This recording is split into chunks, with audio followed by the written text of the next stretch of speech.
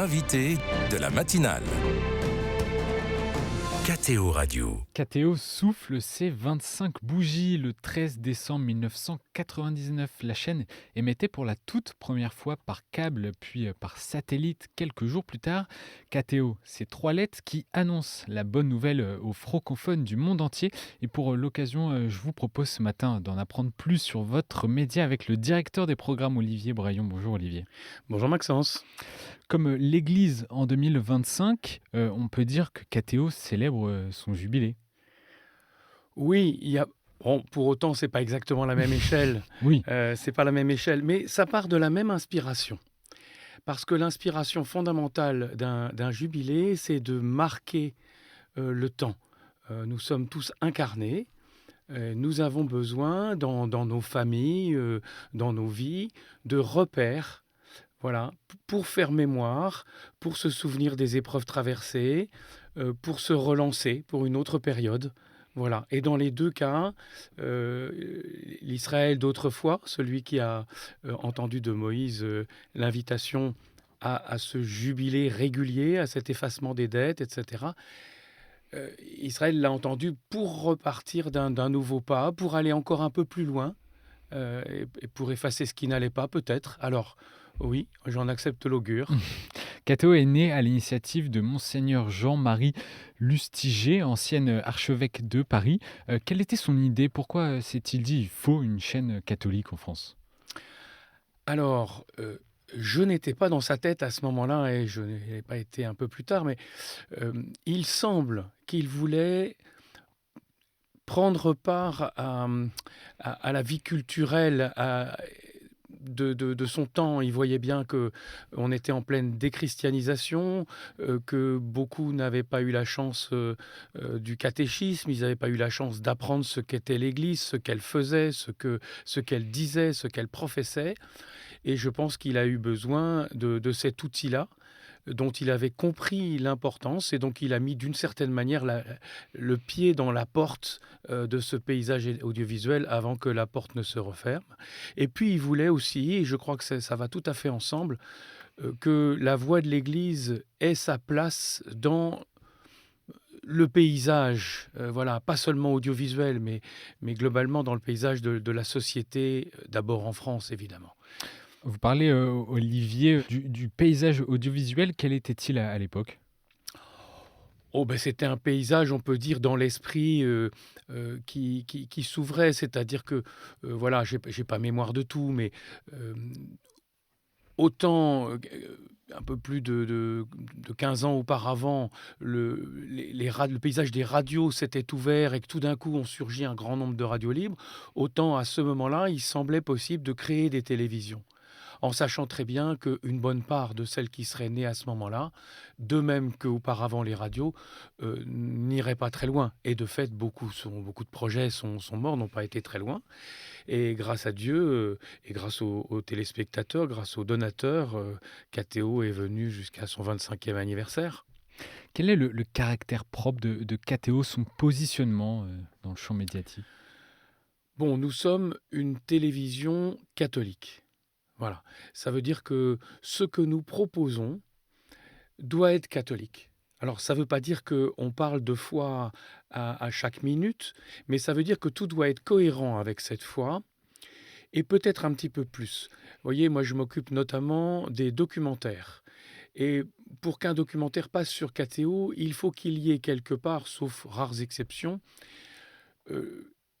l'expression explicite, pardon de la redondance, de la foi. Que des personnes qui se donnent pour d'autres,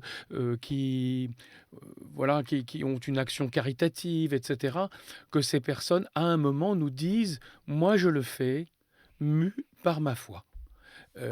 Voilà, ça ne veut pas dire que ceux qui ne l'explicitent pas à l'extérieur, sur d'autres antennes, n'ont pas leur raison et ne sont pas parfaitement louables. Ça veut dire simplement que si nous ne mettons pas en valeur ce qui est fait au nom de la foi, si nous n'entendons pas les gens nous dire « voilà pourquoi », en lien avec Matthieu, chapitre 25, etc., je donne de mon temps, de mon argent, etc., aux autres, si nous ne l'entendons pas, et si nous ne donnons pas à entendre, qui va le faire? Voilà, on ne compte pas sur les autres parce que de fait, dans le paysage moderne, il est un peu rare, de mettre en valeur ces aspects spirituels et on voit même au contraire que dans tel ou tel autre programme, des choses dont on connaît la racine catholique ne sont pas exprimées, sont peut-être gommées en tant que catholiques. Donc voilà, notre vocation, c'est ça, c'est de montrer le catholicisme en action, c'est de le nourrir, de le renforcer, de lui donner toute sa place. Et à qui s'adresse la chaîne? Elle s'adresse à toute personne qui est intéressée par le catholicisme, les catholiques, ce qu'ils professent, ce qu'ils vivent. Voilà. De fait, certains pensent à l'extérieur, dans d'autres chaînes, que pour être, pour être proche des gens, pour s'ouvrir, pour être audible, y compris par les non-catholiques, il ne faut pas trop parler de catholicisme, de foi et de choses comme ça. Et nous pensons que ceux qui, par hasard ou par choix, s'arrêtent sur notre chaîne, qu'elle soit à la télévision ou la radio, cherchent à comprendre, à entendre les catholiques. Voilà. Et après, ça ne les oblige pas à croire tout ce qu'on dit. Mais voilà, là aussi, si nous ne le faisons pas, qui va le faire? Mmh. Les téléspectateurs et les auditeurs qui, eux, sont habitués, de la télévision, de la radio, s'en rendent compte, il n'y a pas de publicité sur, KTO. Quel est le modèle de la chaîne? Alors, il y a un petit peu de publicité sur la chaîne de télévision, pas à la radio. Il y en a un petit peu. Nous ne sommes pas absolument opposés à avoir de la publicité. Nous accueillerons celles qui se proposeront, pourvu qu'elles soient dans les limites de la décence, pourvu qu'elles soient cohérentes avec notre message, etc. etc. Et c'est vrai que cette petite limite que nous mettons, en fait, est une grande barrière pour beaucoup de gens. Donc c'est pour ça que nous avons peu de publicité. Et de fait, euh, il y a quelques années, c'était en mi-2007, le seul modèle qui existait réellement dans le paysage télévisuel, à l'exception de Canal+, c'était celui de la publicité qui permet de faire des beaux programmes, qui permet du coup d'avoir de audience qui permet d'avoir de la publicité, etc.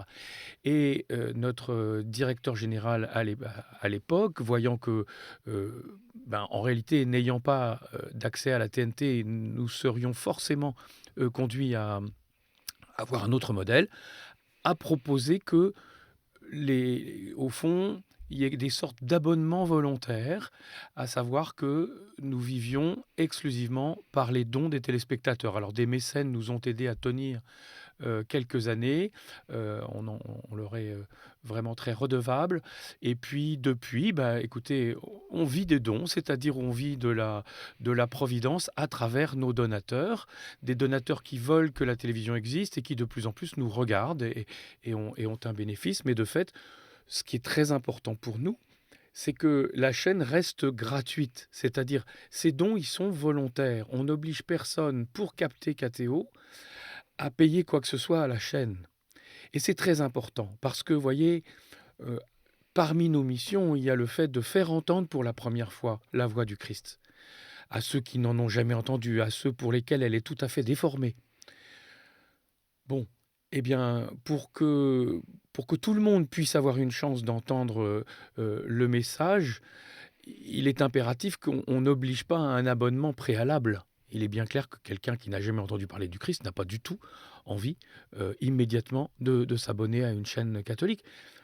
Mais on espère qu'à un moment ou à un autre, satisfait, ayant peut-être rencontré le Seigneur, ils se disent je vais aider d'autres à pouvoir le rencontrer, donc je vais donner quelque chose, et merci à ceux qui le feront. Olivier Braillon, vous êtes directeur des programmes. KTO transmet la télé, émet à la radio depuis 1 an et demi pratiquement. Oui. Mais ce qui est moins connu, c'est que KTO produit et coproduit des documentaires notamment, et pas qu'un peu. Oui, pas qu'un peu. On peut dire sans forfanterie que nous sommes le premier producteur de documentaires chrétiens francophones. Nous en coproduisons autant que nos moyens financiers nous le permettent. Aujourd'hui, cette année, nous avons coproduit 35 documentaires de 52 minutes, ce qui est à la fois un gros travail et puis une belle collaboration avec beaucoup de créateurs. Créateurs, ce sont des réalisateurs, ce sont des petits producteurs indépendants qui, avec KTO, s'unissent pour voilà, faire advenir tel ou tel nouveau documentaire. Alors ces documentaires, eh bien, nous en avons sélectionné 5 pour la période de l'anniversaire qui commence à partir du 13, voilà, et jusqu'à la Noël. Voilà, 5 qui témoignent de la diversité de ce que l'on fait, de l'ensemble des champs que nous couvrons avec ces documentaires, hein. Donc il y en a un qui montre ce que l'œcuménisme donne à vivre, un autre ce qui se passe de très beau en banlieue, avec un joli titre issu de l'Évangile qui dit Peut-il sortir quelque chose de bon de Nazareth? Et en l'occurrence, il s'agit de Trappes, Bobigny, Sartrouville, etc. Nous verrons aussi la fertilité de la vie contemplative africaine avec les bénédictines du Togo. Ça sera le 16 décembre. Le 23, nous aurons quelque chose sur le courage de la foi. Voilà, quelque chose qui s'apparente à une fiction et en même temps voilà, un très beau message. Et puis le 25 décembre à 20h35, vous aurez un documentaire d'Alexandre Dolgorouki qu'on aime beaucoup, qui s'appelle Jean-Sébastien Bach, Jésus demeure ma joie. Voilà, on fait parler le compositeur et on fait entendre tout ce qu'il a pu nous apporter. Donc effectivement, 35 documentaires, bah, c'est beaucoup. Et puis je dirais, ça c'est uniquement ceux qu'on coproduit, mais on en achète au moins une soixantaine de plus chaque année, qui sont donc proposés à l'antenne. Et c'est indispensable, on ne peut pas non plus être exclusivement une chaîne de débat voilà, et de conversation. Il faut aussi montrer des très belles images parce que Dieu est présent dans la beauté, on vient de le voir avec Notre-Dame et on va continuer à le voir sous pas mal de jours. Et on en trouve facilement des producteurs, des projets avec un ancrage et un regard chrétien? Eh bien oui, oui, alors parfois on les sollicite parce qu'on sait le talent de tel ou tel pour montrer, par exemple, pour être capable d'illustrer quelque chose qui au départ pourrait être un peu aride. Oui, on trouve bien sûr des gens qui veulent le faire, et fort heureusement, on est dans un système où, une fois que KTO a payé sa part producteur, sa part diffuseur, heu, ensuite, évidemment, l'autre producteur aide aussi et puis le CNC en France, aide et donc voilà, il y a beaucoup de gens qui ont envie, beaucoup de gens qui sont vraiment très heureux de trouver un endroit où justement ils peuvent s'exprimer. On essaie d'être ça aussi. Alors pas seulement pour les réalisateurs, les producteurs, mais aussi pour, certains artistes qui viennent dans Lumière intérieure et qui ont une fois enfin l'occasion de dire que, ils ne vivent pas seulement de leurs concerts, de leur, littérature, ils ne vivent pas seulement, de la vie quotidienne, ils vivent aussi profondément, des questionnements et ils cherchent des réponses spirituelles. Voilà et c'est important pour tout le monde d'entendre que oui, la spiritualité, c'est essentiel. Beaucoup de nos contemporains la cherchent. Nous essayons de les servir. Pas forcément la foi, mais la spiritualité en tout cas, voilà. Absolument, absolument. Merci Olivier Braillon et pour les auditeurs, je vous donne rendez-vous sur KTO TV et ktotv.com ce soir à 20h35 avec une soirée de la rédaction spéciale sur les 25 ans de KTO animée par Étienne Loreillard en direct depuis le Collège des Bernardins à Paris.